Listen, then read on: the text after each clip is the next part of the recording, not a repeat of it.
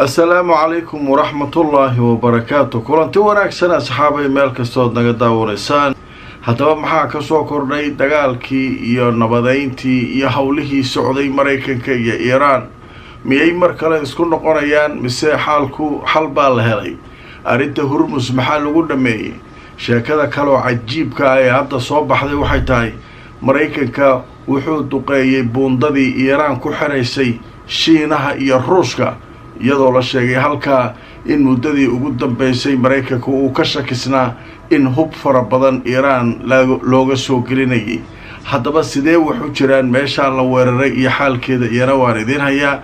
Israa'iil oo sheegtay inay iyadu markaa aad u danaynayso in Iiraan mar kale lagu laabto oo weerar guud lagu qaado iyaga iyo Mareykanka.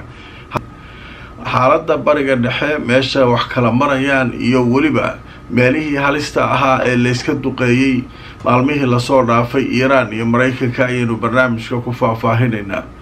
ugu horreyn waxaynu ku bilaabaynaa marinbiyoodka Hormuz ma jira wax markaba oo maray 24 saac ee la soo dhaafay.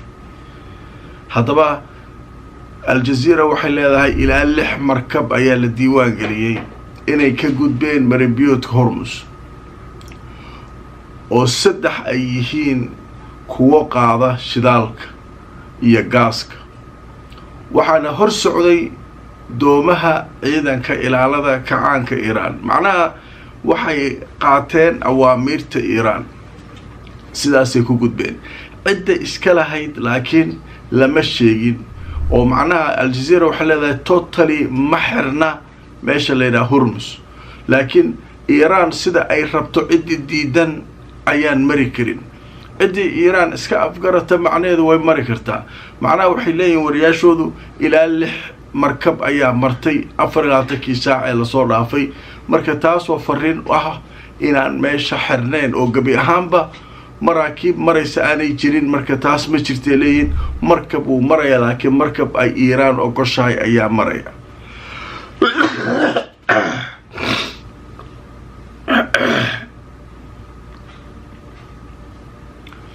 waaye dhanka kale waanta la waday maxaa ka soo kordhay iyadana.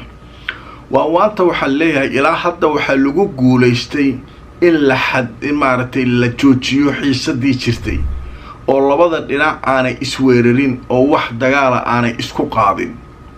laakiin muranka iyo wixii uu ka dhashay weli way taagantay. sheekadu waxay ka bilaabatay Hormuz Iiraan waxay taagan tahay qodobka 5 heshiiska isfahamka ayaa ii ogolaanaya inaan maamulo halkan. Mareykanka wuxuu leeyahay taa qalada u faham ma maamuli kartid. marka culayska weli meeshuu ka taagan. marka waxay leeyihiin dadku wax falanqeynaya xaaladdu weli meesheedii taagan tahay oo meeshii lagu dagaalamay oo dagaalku ka bilowday weli sideedii waay. in time kasta ama waqti kasta wax bilaaban karaa. Mareykanka isku dayay inuu qolo soo gudbiyo Iiraan weydiinaysa meesha ka bilaabanaysa. marka maxaa lagu xaliyay? marka hadda waxa leeyahay degdeg kulan in hadda ka shaqeynayaan dhexdhexaadiyaasha sida ugu dhaqsaha badan in waqti loo qabto kulankaas la isugu yimaado oo arrinka la xaliyo oo marka bal la isku fahmo qodobkaas muranka weyn uu ka taagan yahay in la isku fahmo. taas marka iyaduna qodobada soo kordhay ka mid tahay.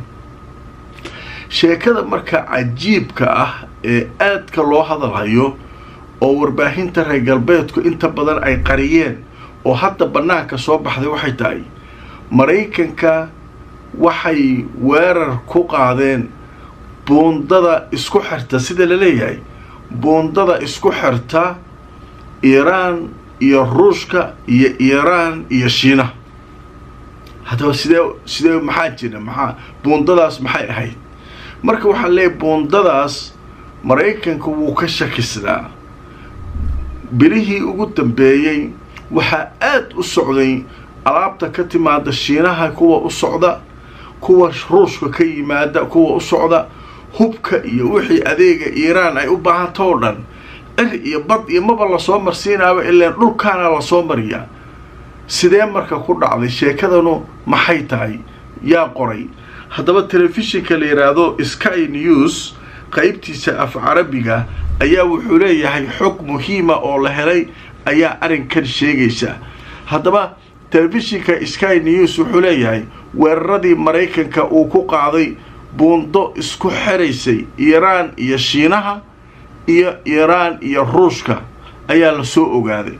haddaba marka waxa leeyahay wakaaladda wararka ee Faris ee dalka Iiraan ayaa khamiistii weeraradii la qaaday markay ka hadlaysay waxay sheegtay in la beegsaday buundo dhanka tareenada isku xiraysay.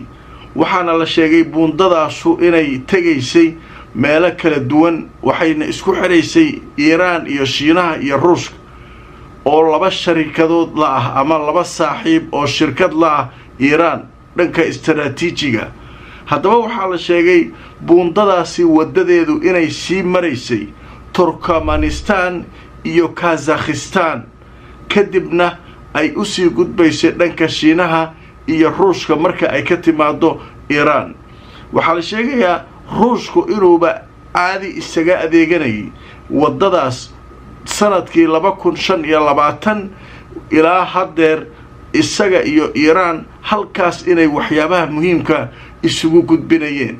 halka Shiinaha la leeyahay muddo dambe ayuu isaguna ku soo biiray sheekadan oo markaa waxaa loo sii marsiiyaa Shiinaha isaguna uu soo mariyaa wadadaas iyadoo sii maraysa Turkmenistan iyo meesha la yiraahdo Kazakhstan ayaa la sii marsiinaya. marka meeshan aad arkaysaa marka weeraradan gab la boobsiinayo waxbaa ku hoos jira marmarsiyaa loo raadinaya.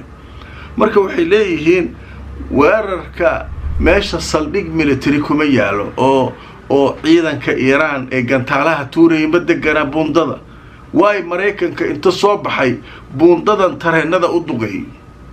su-aasha marka meesha taagneed marka hadda banaanka timid marka waxa leeyahay Mareykanka sababta uu duqay waxay ahayd buundadaas waa walwalka uu qaba waayo hubka iyo wax walba iyo dhaqaalaha iyo markii dekadihii laga xiray ee Iiraan oo dekadaheedii waxba soo galayaan la dhahay wadadii isticmaalayeen meeshaas ayuu marka Mareykanka duqeynaya la leeyahay. marka sheekadaas iyaduna wararka ugu waaweyn ee xogaha soo baxay duqeymihii Mareykanka uu sameeyay ayay ka mid. Israa'iil waxay rabtaa dagaal in marka lagu qaado Iiraan.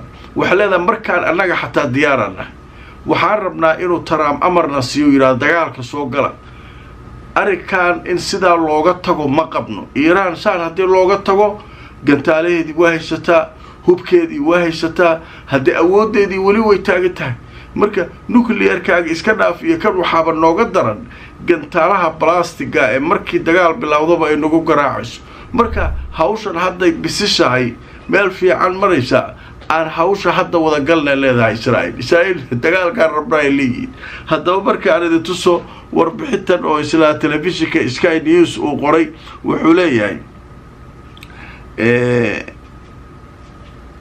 Israa'iil ayaa waxaa la sheegayaa inay ka shaqaynayso sidii loo garaaci lahaa mar kale Iiraan.